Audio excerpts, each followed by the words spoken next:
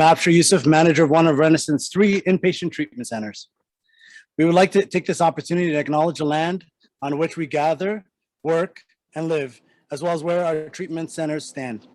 The sacred land has been a site of human activity since the time immemorial, and it is the subject of the dish with one spoon, wampum belt covenant, an agreement between the peoples of the Great Lakes and beyond to peacefully share, protect, and care for the land and its resources.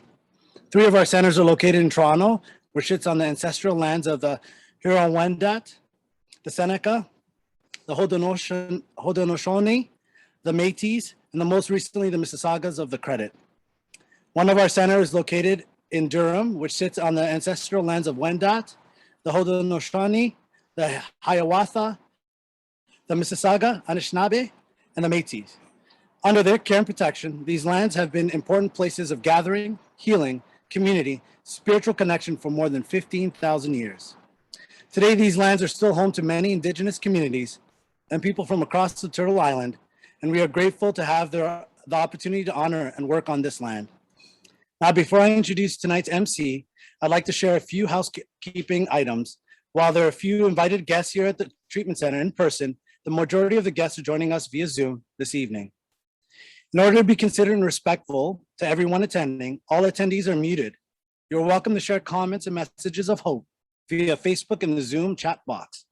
Should you experience any technical difficulties, note the issue could be on our end if your internet connection is stable. Please send us a quick note via Zoom or Facebook and we will troubleshoot. I'd now like to introduce our MC for the evening's event, Laura Boy, CEO of Renascent.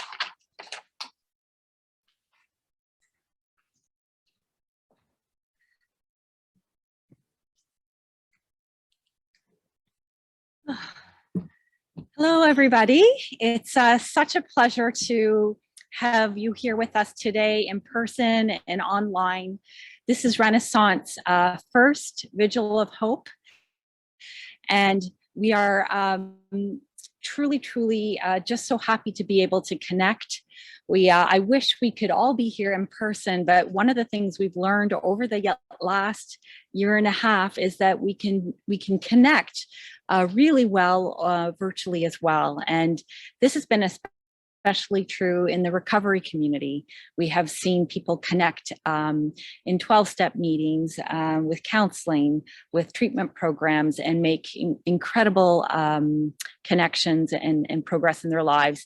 And today, as we come together, I think there are many of us through the virtual connection. We really hope to have a memorable evening together. I'd like to take a moment to acknowledge some special guests who are attending with us today. Joining here in person is the Honorable Michael Tobolo, Associate Minister of Mental Health and Addictions. The Honorable Associate Minister Tobolo is also the Member of Provincial Parliament for Vaughan Woodbridge. We are also pleased to have Member of Provincial Parliament for University Rosedale, Jessica Bell, here with us tonight. MPP Bell serves the ridings of both of our inpatient treatment centers here in Toronto. Thank you both for being here. Of course, joining us online and in person is our staff team, our donors, our supporters, members of the public, and of course, the reason why we do what we do, our clients and our alumni. As many of you will know, September is a special month. It is Recovery Month. And this month is designated to celebrate recovery from addiction, the hope of recovery, and to challenge the stigma of addiction. This year, at a time when more than ever before, there are more people struggling with addiction, mental health, people who are dying from this disease. The overdose crisis, unfortunately, has become much worse, as we know. Now more than ever, we feel it's so important to get the message out of recovery, of hope, that people can get well, that when they receive the treatment and the support that they need, that recovery and health is possible. And so tonight, that is our real focus, our focus on the potential of recovery, potential of people to overcome addiction, and also to remember those who have lost their lives. And we know we have many of us may have friends or loved ones who have actually lost their lives to this deadly illness. And it's also a night and an evening to remember and honor them. I would now like to introduce the Honorable Associate Minister Tobolo of Mental Health and Addictions to say a few words.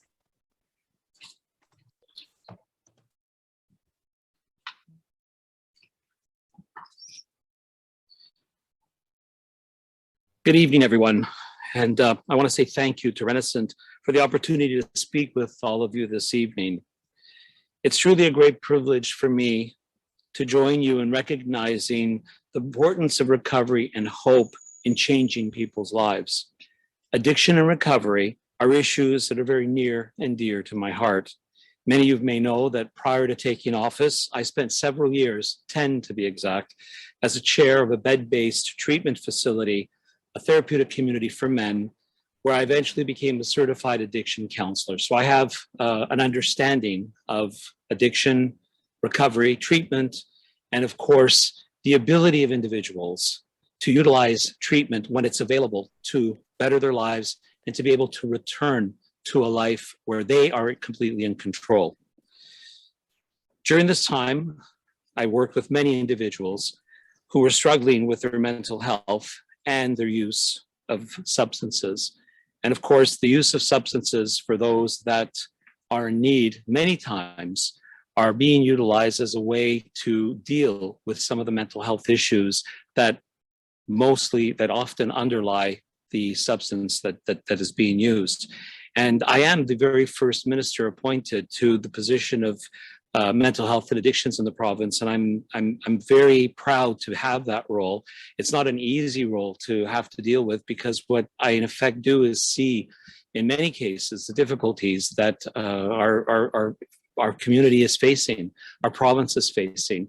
And I want to acknowledge that a lot of times the things that we learn are not necessarily just the things that we see, but I've had some conversations with people from our opposition, and they've enlightened me to many things that have also informed me and made it a priority for our government to look after, and that specifically is eating disorders with Jill Andrews. So we do listen, and I am listening, because I recognize the importance of making a difference in people's lives and looking across this problem as an issue that faces all of us in the province of Ontario, and it's not a political issue. It's an issue of human life, and that is critical to me, to ensure that we build a system that's going to be useful and that's going to make a difference in everyone's lives, regardless of where they are in the province, regardless of their culture, their ethnicity, their background. It makes no difference. We all need help, and we have to get over that stigma of mental health and addictions and utilize treatment as a way to making a difference in people's lives. The challenges we've seen through the pandemic has been something that has given me many sleepless nights, because in addition to already having had a pandemic in the mental health sector long before COVID, and the people that are here understand that and appreciate that we've had issues when it's come to addictions and mental health and trying to build a continuum of care, the pandemic has made it that much worse. We've had more people come forward, anxiety and depression affecting our youth, isolation affecting our seniors, people that have addictions needing to have a place to go and the doors not being open. So we've seen the need, and we've done what we can to invest in things to ensure that that continuum of care was built, which is one of the reasons why I'm so proud of the Roadmap to Wellness. It's given us the ability to deal with some of these devastating issues that we see in people's lives, both before the pandemic and during the pandemic. And for me, it's something that's extremely important to look at that lifespan, to look at how we support individuals, whether they're under the age of 12 or 12 to 24 or seniors over 65, and ensuring that we provide those services throughout the province of Ontario at a level that's commensurate with the needs, not having to and hope that the individuals can come to Toronto and deal with or centers where they have to have long wait times to try to get those supports and services. So for me, it's extremely important. And of course, the most important part is the delivery of services in a culturally sensitive way. You can't build a therapeutic alliance with someone if you don't understand what those issues are. So whether we're talking about the LGBTQ2 community, the Black community, the Indigenous communities, the Francophones, those with neurodevelopmental disorders, our first responders and the unique needs that they have, we need to understand what those needs are and provide services that are not one size fits all, but services that will provide those individuals with the help they need where and when they need it most. And I want to thank everyone at Renascent for the amazing work that you do. I've been here to this particular site once, but I've also heard many of the stories of people that have come through here and the amazing work that's been done. And also, I think we're going to be hearing from some people as well this evening, which I'm really looking forward to as well. It's been difficult for all of us. And I have to say, in some of the conversations that I had tonight indicate to me that while I had many sleepless nights, there were many people here that had sleepless nights as well. And that to me speaks to the dedication of the people here. The fact that this isn't a job, this is a vocation. And in a vocation, you don't care how much time you spend, you just do the job because you know you have to do it. And that to me is extremely important. And I'm so inspired and thankful to have people around me that care that much about their communities and the people that are needed help. We need to do more of that. We need more people there. And the government needs to support those activities, because again, that is how we're going to make a difference in people's lives and give them that second chance, which is so important. This month is Recovery Month, and I'm extremely happy to know that we've now created Recovery Month as a piece of legislation, and that will now permanently be something that's celebrated. Recovery Month didn't start in the province of Ontario, but I'm glad to know that we're the first province that has officially created the month. And this is there for perpetuity, which is what is important, regardless of the government and power, because what happens during recovery is what's most important to ensuring that people are able to get their lives back, are able to continue in a way that's going to be the best for them and for their families and their communities. So I'm really happy to be here and to continue and encourage you to continue to spread the message. We're getting close to the end of the month, but I think it's important that we continue talking about it, not just now. I say this all the time with Italian Heritage Month, which is something that I participated in the creation of. It's not just about June being the time that we celebrate the Italians and their contributions. Well, this isn't just about celebrating recovery today, remembering those that lost their lives because they did not have the opportunity to get the treatment they needed when they needed it. We should be thinking about that all the time, year round, and making sure that our decisions by doing the best we can to ensure that we build a system that works for everyone. As I said, for me, remembering the people that lost loved ones, while I personally have not lost anyone in my family, I can tell you that I came to government because two of my very good friends lost their sons to addictions. And every day that goes by, I'm reminded of how many people are dying as a result of not doing enough. But it takes time to build systems. It takes time to build that connected, integrated system that's holistic and provides supports to individuals. And that's something I want to ensure we do. For many decades, here at Renascent, you've provided quality care and helped thousands of people and their families and loved ones when they needed it the most. And innovative services like the virtual intensive treatment program and Breaking Free are providing support while keeping clients, staff, and the community safe during this pandemic. And I applaud you for that. I applaud you for bringing that forward and investing and doing and bringing to our attention the importance of these services. Virtual services, you may think, and you've had experiences with them, that they don't help, or I think you do believe that they do help somewhat. I've become a huge believer. Our internet-based cognitive behavioral therapy is now helping over 100,000 people. Our supports with respect to first responders is helping over 8,500 people. So we know these systems are being taken up because obviously there's a need, and we need to do more on that. So great work, and I applaud your efforts in continuing those efforts when it comes to virtual supports. I'm very proud to be an Ontarian, and I'm very proud of the work that we do, focusing our attention and our efforts on reducing the barriers when it comes to accessing the high quality addiction services that need to be in place to help individuals so that we reduce the wait times and provide the supports when and when they're needed. We're committed to filling the urgent gaps. We've identified them. We know that there are delays in wait times. We know that there are gaps in the system. We know the system is fragmented. And the only way to change that is to invest. And our government has gone forward making investments to the tune now of $525 million a year, well on our way to meeting our commitment of the $3.8 billion that we announced over the course of 10 years. Is it enough? I can honestly say to you, no, it isn't. But that doesn't mean that we're going to stop there. We're going to continue doing what we need to do to ensure that we build a system that's going to work for absolutely everyone. And the roadmap to wellness, I'm very proud of that document. So if you have any constructive criticism, I'll listen to them. If they're not constructive, then I don't want to hear them. But the roadmap to wellness is a way for us to understand what needs to be done for the lifespan, over the lifespan of individuals. It gives us an opportunity to look at what the needs are depending on where you are in the province. And as I said, the cultural sensitivity, the services that need to be done and provided so that individuals are happy and are getting the care they need when and where they need it. We're going to continue to transform the mental health system. That I can tell you. That includes the addiction systems, because I am very passionate about making that change. I recognize the need to do it, and I've worked with individuals with addictions. Having become an addictions counselor, I've given therapy to individuals, and I've seen, you use the word hope, the Vigil of Hope tonight. I've seen that with treatment, providing supports and services to individuals can change their lives. And when they change their lives, they not only affect themselves, but they affect their families, their extended families, their communities, and our province.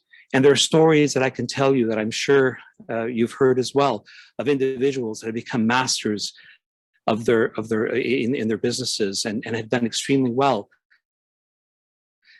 after having gone through a difficult time like an addiction. So an addiction isn't the end, it's the beginning of transformation that is going to give you the ability to do much more with your lives. And I'm always very proud to meet people that have had an addiction. I refer to them as truly important people because they truly are more than the VIPs that we typically have at events. They're the ones that we need to look at and understand how much they've done for themselves, but also how much they're doing for other people as an example when it comes to, and a peer when it comes to mental health and addictions. And as I said, every person who's struggling deserves to be fully supported in their journey from prevention to recovery. And I'm a huge, huge advocate for that. And as we move to a new era of integrated mental health and addiction supports for Ontario, the work that you do here at Renascent will continue to be vital. It'll continue to be a way for me to continue to be informed about what we need to do and how we can improve the system for the people of this province.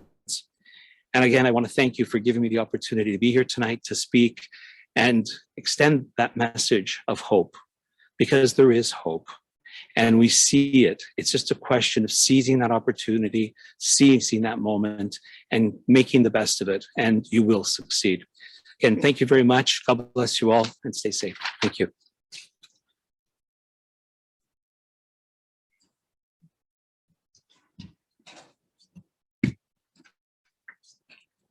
Great. Thank you so much. Thank you so much, Minister Tobolo. We really, really appreciate you being here tonight, supporting this event, this Vigil of Hope, but more so your ongoing dedication over the last number of years as you've been in the position, your personal commitment, and your passion to really try and make strides forward, to make investments in the treatment field and working with the government to really look at the issue of addiction and mental health, especially as we've come through the pandemic. Renascent greatly values the investments that the government has announced and is making this year, specifically into addiction and mental health. And we do believe that investment is critical in this area, that when people are given the resources and access to the treatment and support that they need, that people can rebuild their health, their lives, their mental health, and they really need that equitable access to care. I would now like to invite up MPP Jessica Bell to say a few words. Thank you. Thank you very much for inviting me here tonight. My name is Jessica Bell. I'm the MPP for this riding of University of Rosedale. I'd like to thank you because every single person knows someone who is addicted, including myself. I did not come here and plan to share a personal story. I'm not intending to, but I bring that up because I can relate. This pandemic has been very hard. It's one of the hardest crises that many of us have ever gone through, including myself. I know that this is a press conference about recovery, and I will get there, but I also want to acknowledge where we are today too. I'm sure Minister Tibolow's office has experienced the same thing my office has experienced, where since the pandemic has begun, our office has been inundated with calls from people who are really struggling. People in Kensington, where there is an opioid crisis at present every single day, seniors who are lonely and isolated, people who've been evicted, parents who don't know how they're going to make ends meet when they have their kids at home and they somehow need to go to work every day, people who've lost their jobs or have had hours reduced. It's been a struggle. And we know that when a society struggles, individuals struggle too. And that translates to a deterioration in mental health. It translates to an increase in opioid addiction and death. It translates to addiction rates going up. And we know that's what's happening. We know that's what's happening right now. And we also know that people can't fight addiction on their own. We know that families cannot provide support on their own. Community needs to step up, and that's Renascent is an example of community stepping up right here. And government needs to step up as well. Now, as a lawmaker, that's my job, to make sure government is doing what it needs to do to tackle issues like mental health and addiction. Now, I look forward to the day when I can meet with many of you and get into the policy details, the minutiae, what programs are working, what programs are not working, best practice treatment that I should know about, what family physicians could do better, what social workers could do better. Now is not that time. This is an event, but I know that there are going to be conversations and meetings that we have in the future where we get into that level of detail, and I look forward to it. But I do want to conclude by mentioning the two principles that guide the work of the Ontario NDP when we talk about mental health and addiction. One is that culturally appropriate mental health and addiction treatment should be available to people when they are ready to receive help. Doesn't matter how much you earn, doesn't matter how much you can afford to pay, doesn't matter your age, where you live, what languages you speak, what cultural or what ethnicity you have. The wait list to access high quality and effective treatment is too long, and we know this. The second principle, the final principle that I also want to share, is that it is absolutely vital that government plays that critical role of preventing mental health challenges and addiction in the first place. And that can be done in so many ways. And I'm sure many of you have ideas and suggestions that you're going to raise with the minister and myself, and we both look forward to hearing them. It can mean things like having early detection in schools, like my friend, a social worker in the TDSB, and she talks to me about teenagers who she meets. And sometimes it's too late to provide that intervention that they need. She talks to me about root cause issues that drive social addiction. We know about these too, about poverty and trauma, and how it's government's job to address these with programs and support as well. We also know it's about providing family doctors and primary care teams with better understanding of what to look for when you see addiction and mental health, and connecting people who need help with the support that they need. There's so much that we can do, okay? And as your representative to Queen's Park, one of the two representatives here, these are some of the programs that I work on and advocate for, and I welcome your ideas and suggestions. Thank you for inviting me tonight to recognize your work at Renascent. It's important, it's life-changing, and it's special.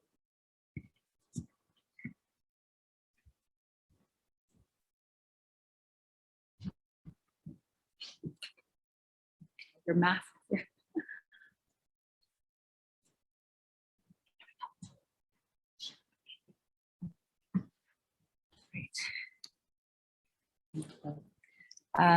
Thank you so much, MPP Bell.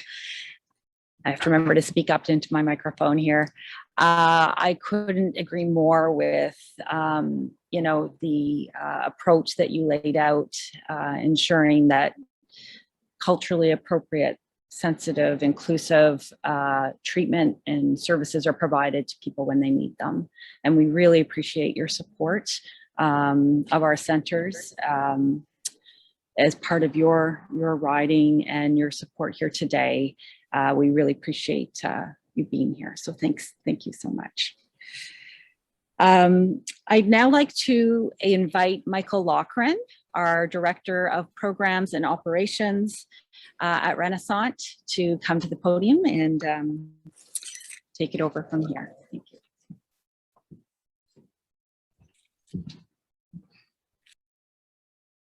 Thank you, Laura. At Renascent, we've been providing treatment for 50 years. We actually celebrated our 50th anniversary. This place where we sit right now is a very special place. We moved into this center in 1991, and we operate 3 other treatment centers, but we moved into this center in 1991. And since then, we've had actually 11,000 men come through this center. And the reason why I mention that is we've had 11,000 men come through this center, coming here because they wanted to be better fathers, better brothers. They just didn't want to use anymore. They didn't want to be stuck in pain anymore, and they didn't want to live the life they were living anymore. And we have 2 other inpatient treatment centers, and there are dozens of these centers across Ontario that have places like this, where men and women have been coming because they just wanted to change their life, or they just wanted to be out of pain, or they just wanted to be there from somebody else and they couldn't be. And they sat where we're sitting. And they had conversations where we're sitting right now, and in the bedrooms and in the common rooms and in the living rooms of these centers. And they've talked about their pain, and they've talked about their loss, and they've talked about their dreams, and they've talked about where they would like to go. And it is my belief that having those conversations blesses a place. And there are blessed places across Ontario for recovery and for people to change their lives. And, we are having we're having a vigil of hope. This is also a vigil of courage. And because it is a courageous thing for our clients to come and say that they need help. And it's a courageous thing for our clients to step outside and start having bonds with people and to trust other people. Many of those bonds are the first bonds our clients have had in a very long time, because addiction, unfortunately, is a very isolating disease.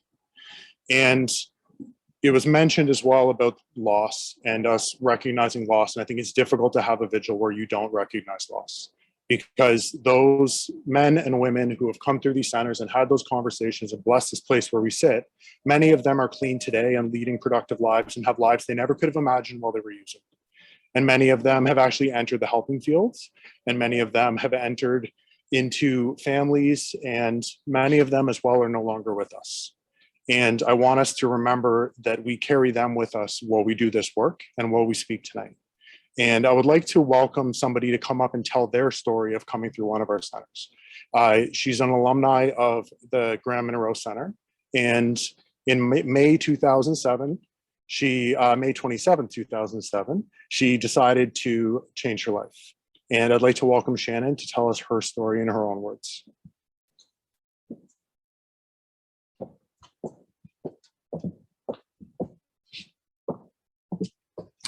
Hello, everybody. Good evening to you all, and welcome to Renascent's Vigil of Hope. I would like to begin by thanking Renascent, our distinguished guests, the organizers of this event, staff and volunteers for all of their tireless, essential, and difficult work that you do. And I am grateful to be part of this event. I discovered alcohol and drugs when I was 17 years old and went away to university. Very quickly, alcohol became my go-to. It was my coping mechanism for all things. It made me feel larger than life, uninhibited, comfortable with my peers, and seemingly in my own skin. If I had an emotion, I drank. So I'm happy. So let's go to the bar and celebrate with a beer or, 42. If I'm having a breakup, let's drink the heartbreak away. Angry, let's go to the bar, drink, and pick a fight. Or bored, let's go to the bar, drink, and cause some chaos. I was an absolute pro at causing chaos. Alcohol began to interfere with my daily living. I began revolving my life around my drinking and my using. When sober, I felt inadequate, uncomfortable, ugly, and a failure. Fast forward 17 years, and my life is an absolute wreck. I'm close to having nowhere to live. I can't hold down a job. I've burned every single friendship, and I blew up the bridge. My family was literally waiting for that call to come identify the body. I felt completely vacant, hollow, and I wanted to die. Time to park the car at all. Many times I tried to die, yet I'm still here, gratefully so. I went to Renascent in the mid-90s. Renascent granted me two incredible gifts. One, it planted a seed. That seed, which looking back would become the fragile beginning of my recovery journey. Renascent provided me with structure, taught me the importance of establishing routines, and recognizing common sense, which this alcoholic was lacking. It also showed me that recovery, it takes a village. I got about 11 months clean before I ended up going back out. But that seed, despite everything, continued to grow. Slowly, it got bigger and bigger until finally it blossomed on that day when I decided that I didn't want to die. I returned to those teachings of Renascent and began to earnestly apply them to my life. The second and most precious gift of all was hope. I've had an extremely difficult and complicated relationship with hope. At 6 months old, I got sick, and this disease, which continues to afflict me today, manifests itself with chronic and constant pain, overwhelming fatigue, and deformities. The only way to correct these deformities were surgeries to replace or to rebuild the affected area. At first, at 14, when my surgical journey began, I did have hope. After this surgery, it'll get better. Somewhere between then and surgery number 42, I had lost all hope. Not only did I lose hope, but I began to view hope as a really dangerous emotion. It became my nemesis and my enemy. I resigned myself to a hopeless life, and I drank and used to cope. When I finally decided to really give myself a shot at sober living, to be perfectly honest, I had no hope. But I had nothing left to lose at this point. I turned to that seed Renascent had planted all those years ago and started to live my life using all those tenets Renascent had laid down for me. Very slowly, hope returned, hope renewed, hope for a sober life, a better life, a life filled with meaning and purpose. Each sober day brought me closer to dare to hope for that better life, a life where I could become whole and comfortable in my own authenticity, a life where I could not only accept my diseases, but embrace them. I once read a quote from Michael J. Fox where he says, "Acceptance doesn't mean resignation. It means something is what it is, and there has to be a way through it." Renascent, its sense of community, its teachings, and its commitment to service is my way through it. Hope is my way through it. Hope offers me a choice today, and I choose to be happy. I choose to be hopeful in all things. I choose to understand that pain is inevitable, but suffering, it's optional. I choose to hope. I choose to live my life being authentic and uniquely me. Today, I try to be a conduit for that hope, to share this gift that was so freely given to me. I am so grateful that I returned to Renascent.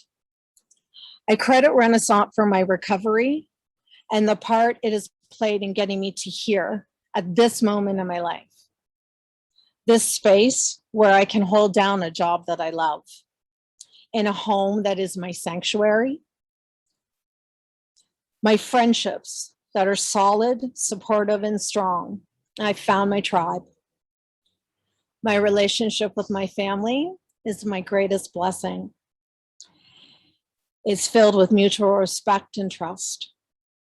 This beautiful moment, this moment right now where nothing can steal my joy. If you're suffering through alcoholism and or addiction, I urge you to investigate Renascent.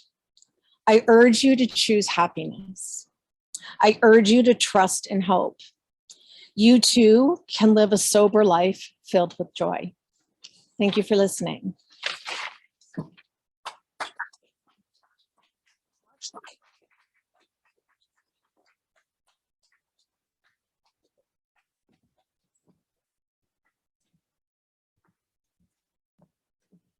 Thank you, Shannon. That was beautiful. I loved your mention of family, and I loved your mention of community, and that nothing can take your joy. That was beautiful. And you know, community is one of the answers that we have for the disease of addiction. It's one of the answers that we have for much that we struggle with. And unfortunately, in 2021, we still struggle with stigma around addiction and mental health. And there's been great changes made to that. However, stigma is still a real barrier for many people. And stigma in our society actually prevents access to programs.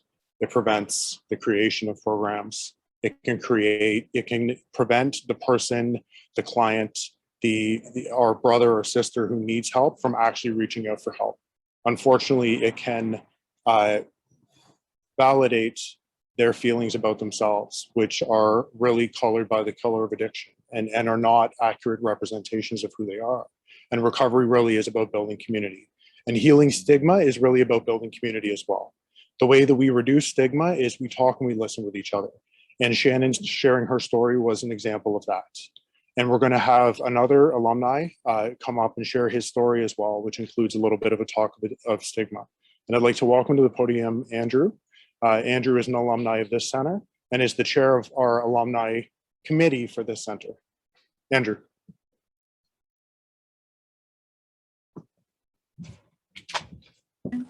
Thanks very much, Michael, and thanks to everybody for being here.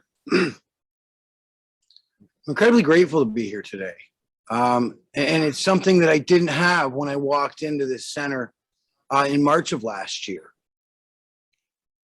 You know, what preceded my arrival to this center was decades of drug abuse and alcohol abuse. I mean, as I say to a lot of the folks that I talk to in the recovery community, I didn't walk in to Renascent on a winning streak. You know, I came in here lacking hope. I came in here broken. I came in here after having caused a huge amount of pain, not only to my own life, but to my family's. And I really appreciate people mentioning families. And yes, this is a Vigil of Hope. Michael, thank you for mentioning the people that we lost, because it was here that I first started to feel hope. Having had an introduction at a different treatment center back in 2011, I saw that it was possible to get sober, but didn't connect to the hope that I felt when I came to Renascent. to the fact that the staff all had lived experience and spoke my language. They understood how I felt. You know, I came in here, quite truthfully, for one reason and one reason only, and that's that I wanted to get rid of this terrifying drug habit. I didn't start drinking or using drugs and burn my life to the ground overnight. It happened over a period of time. You know, when I started drinking, when I was around 16, I did so because it was fun, because that's what kids did. I quickly realized that I was different than a lot of my peers. People were able to put it down when I couldn't. What I've come to understand is that a feeling that I've had inside me for a really long time, an emptiness, was filled by the use of alcohol and drugs, and it worked for a while. It really did. It allowed me to cope with a lot of life's challenges. That solution, that coping mechanism, started to cause a lot of trouble in my life, and started to cause a lot of trouble in the lives of my families, my children. You know, I've heard it said by other people in the recovery community, my alcoholic or my drug addicted life seemed the only normal one. And that's how I felt. Prior to coming into Renascent, I became resigned to the fact that I was simply gonna die in active addiction. And I came to accept that. When I came in here, I remember for the first time having meaningful connections, both with the staff and with my peers, sitting right where you guys are sitting today. And it was a magical experience. You know, we talk about the stigma of addiction and why did it take me 20 plus years to go through and get the help that was available. I was terrified to talk to my family about the fact that I was suffering. I did so because at the time that I was using 20 years ago, there was a huge stigma surrounding addiction, and my family's incredibly supportive. But the stigma surrounding it made me fearful of admitting exactly where I was at. The stigma that I would encounter, to say that if you're struggling with addiction, that you're weak. If you're struggling with the inability to stop, that there must be something wrong with you, that you're less than. That stigma prevented me from wanting to be honest with my family, prevented me from thinking that I could at some time ever get better. You know, so I came into this center in March of last year and met people that changed my life, counselors that sat down with me. The shame that I walked into these doors with, and the guilt and the feeling that I wasn't good enough in life that I've been carrying for years. My solution to that problem was drinking and using drugs. And it worked for a while, but when I came in here and that solution was removed, I was now sitting in a center broken. And this center helped me. You know, I've heard it said, you know, that people in recovery loved me until I could love myself again. And they absolutely love me, but that's not been my experience. My experience has been, they taught me how to love other people. And through loving other people, I've been able to love myself again.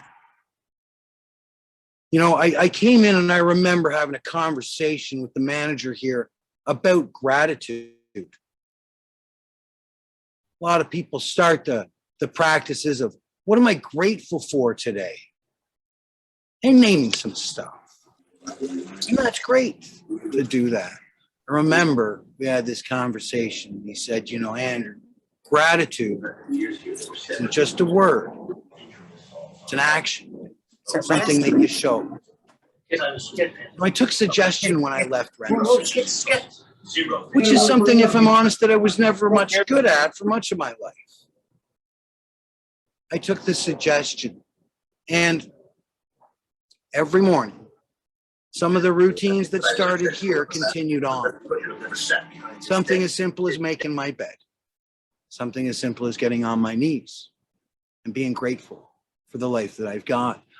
Gratitude for me has turned into showing the things that I'm thankful for. And I was sitting talking with somebody and explaining that to them. They said, well, I don't really understand what you're talking about. It's an action. I said, you know, it's not even just that it's an action. It's infinite. I said, I don't get it. He said, well, if you and I are leaving, we're going to go up to a meeting or off to the restaurant, and you come and you pick me up in your car. I'm pretty grateful that my friend's coming to pick me up.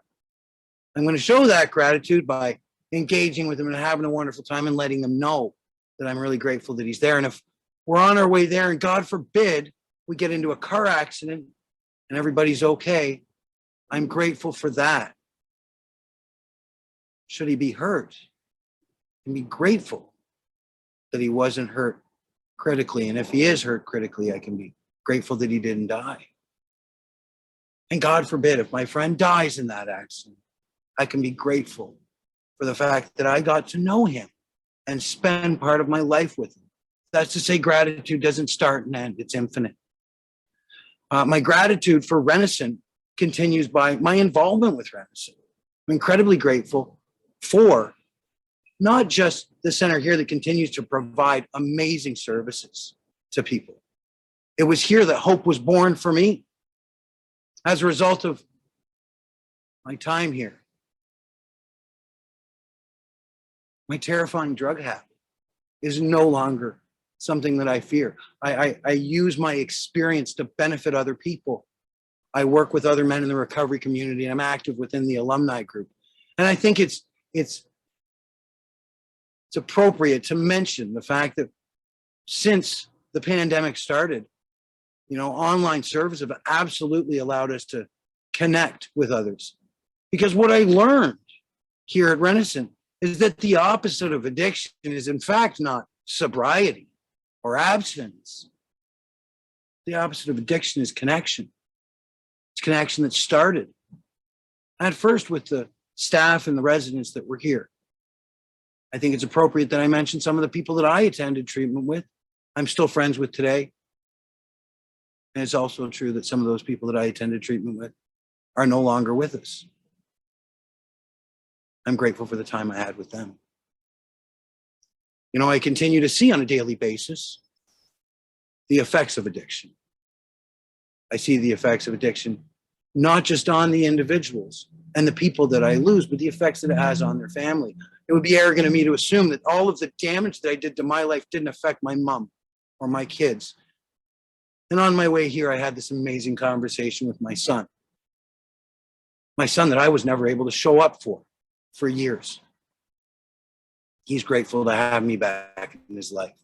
This morning, as I do most mornings, I picked up the phone and I talked to my mom, who's also grateful to have me back in her life. I'm grateful for the people that I'm able to touch and the lives that have touched me as a result of the path that started here.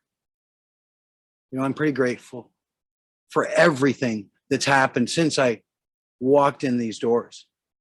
And it's wonderful to be here. I thank you so much. I was asked to pick out a reading. And this reading I read back in 2011 when I first went to treatment. It's by an author named Neil Pasricha. And it comes out of a book called The Book of Even More Awesome. It's a collection of books of things that are just wonderful. And this reading's called, So What's This All About? We're all going to get lumps. We're all going to get bumps. Nobody can predict the future, but we do know one thing about it. It ain't going to go according to plan. Yes, we'll all have massive highs, big days and proud moments. Color-faded postcard streak blurs will float and flash through our brains on our deathbeds. of wide eyes on graduation stages, father-daughter dances at weddings, and healthy baby screeches in the delivery room. And doting those big moments will be smaller ones too. Fragile hugs from grandma on Christmas morning. 2-year-olds handing you a bouquet of dandelions saying, I love you. Or your boyfriend's staring into your eyes and smiling while lazing in bed on a Sunday morning. But like I said, we're all going to get lumps and we're all going to get bumps. It's sad, but things could happen or hurt you that you just can't predict. Your husband might leave you. Your girlfriend may cheat. Your heartaches may be serious. Your dog could get smacked in the street. Yes, your kids might get mixed up with gangs or bad scenes. It's sad, but your mom could get cancer or your dad could get mean. There will be times in your life when you're tossed down the well too. There'll be times when you cry yourself to sleep with twists in your stomach, with holes in your heart. You may wonder if it's worth it, and you may think that it ain't. You may wonder if you can handle it, or you may beg for restraint. But when bad news washes over you and when the pain sponges and soaks in, I really hope you feel like you've got two big choices. One, you can swish and swirl in gloom and doom forever. Or two, you can grieve and face the future with newly sober eyes. Thanks very much for giving me the opportunity to be here.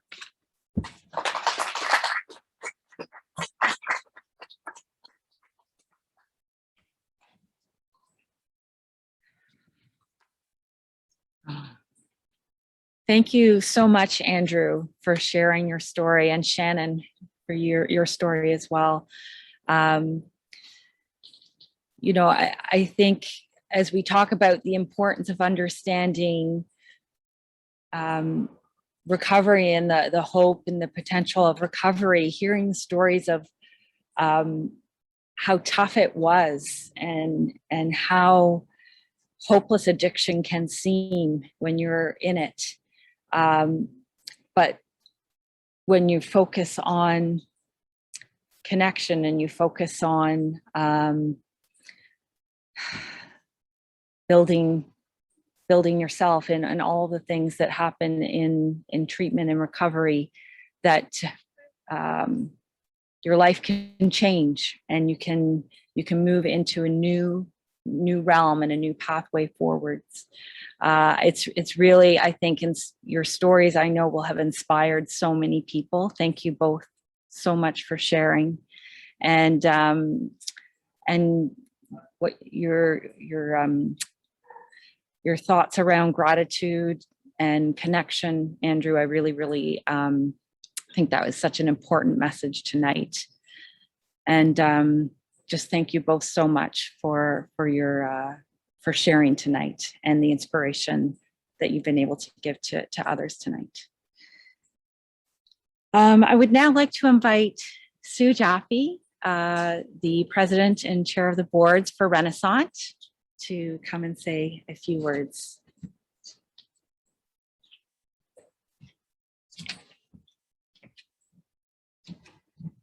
Hope's a big subject. It's a huge subject. I'm grateful that I finally understand what hope is. I know from the work we do here, it's the light on that road to recovery. That's what hope is.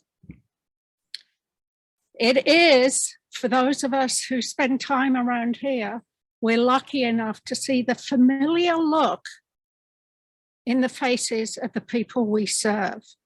And you can see it. You can see the change in people as they move through the program.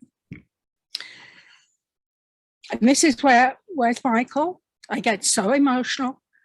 Our staff, our counselors work so hard to provide this fuel, the hope that we need to give people. That's what they do. And I got hooked the day that Michael Lockren, it was a Christmas dinner, and he said, be sure this is a sacred place. And it is. All our centers are a sacred place because we have to make sure that we send people out with hope. That's our job. That's what matters. I'm board chair. I don't even I get to watch the wonderful work we do. And I think we're very, very blessed. And in recent years, it's got more difficult, more complex, let alone the opioid epidemic. I mean, when we started quarantining right here because of COVID, we just put more barriers in people's way, and we just kept on doing it. And sadly, is greater and greater, and it's resulted in increase of loss of lives to addiction. And that is tough to face.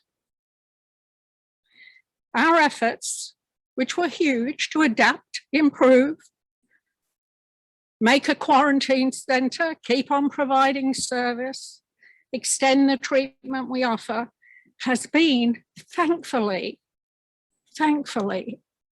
enhanced by our relationship with the government. So thank you for listening. Thank you for keeping in touch. Thank you for the ongoing journey that we have and the support, because that's what makes a difference.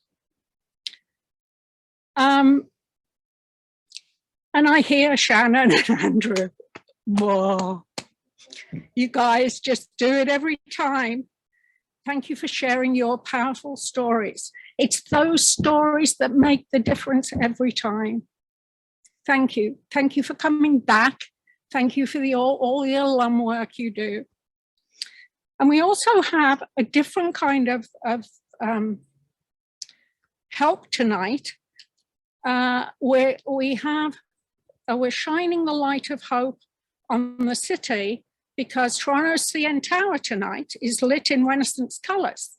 And I don't have a rainbow near me, but right here you can see on our logo, blue, yellow, and red. And if you're familiar with that logo, you'll know that it includes the symbols of hope and a brighter tomorrow. We live every day by the belief that through treatment and doing the work that we do, anyone can recover and have a life. That's what we're here for. So tonight, a lot of us have lost people, and we've had COVID as a complication in that. Let us light a candle. I've got somebody who's doing this for me. And I know many of you at home will have a candle to light right now. And I invite you to light those, all of you, now. And once the candle is lit, thank you, Christina, for doing that. We're going to have a minute of silence for those who were lost to us due to this deadly disease, and we lose people every day.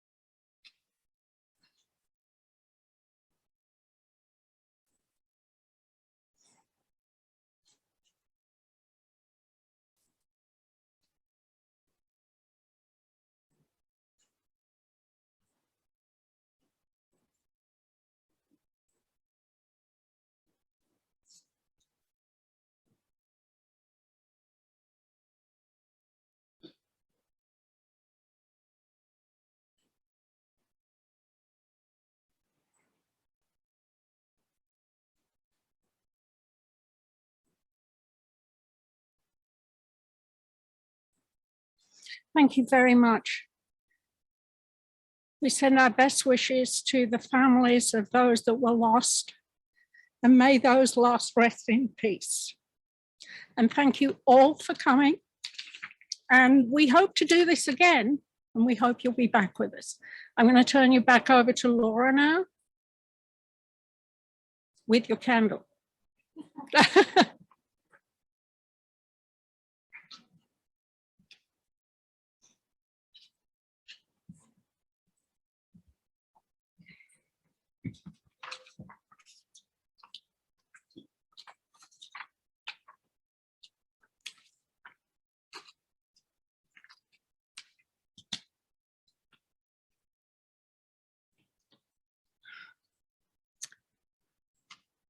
So I would like to close off our evening together, thanking everybody so much for participating. Those of you who are here in person, those of you who are joining virtually.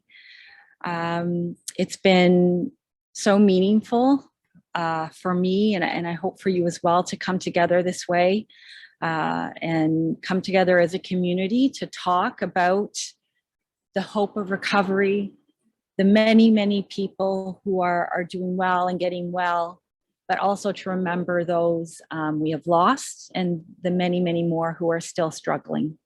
And it's really our commitment to work together to do the best that we can to help as many people as we can, and to provide the connections and the pathways, and to be as inclusive as we can for everybody, so that people can get the help that they need to be well. One of the things that I don't know if you can see online, but we have across the back of our fence here messages that clients have written and alumni have sent in, messages of hope that they have written as part of tonight's event. And I'm going to read one of them to you that I have the caption here. One of the messages says, "The other side of addiction is more beautiful than anything I could have ever imagined. I never believed it was possible, yet here I am loving life. Have hope, have faith, and believe." I do want to thank everybody again for participating with us today. For those who made a donation to Renascent Foundation for today's event, thank you. We do work as a foundation to ensure that we do everything we can so that cost is never a barrier, that we bridge the gaps that are there to make sure our quality inpatient programs can continue on for those who need them, and augment what we receive from government through donations so that we can help as many people as we can. So thank you again. I think I have, Christina, have I forgotten any final housekeeping? I don't think so. So it's been a wonderful evening. Thank you so much, and happy Recovery Month.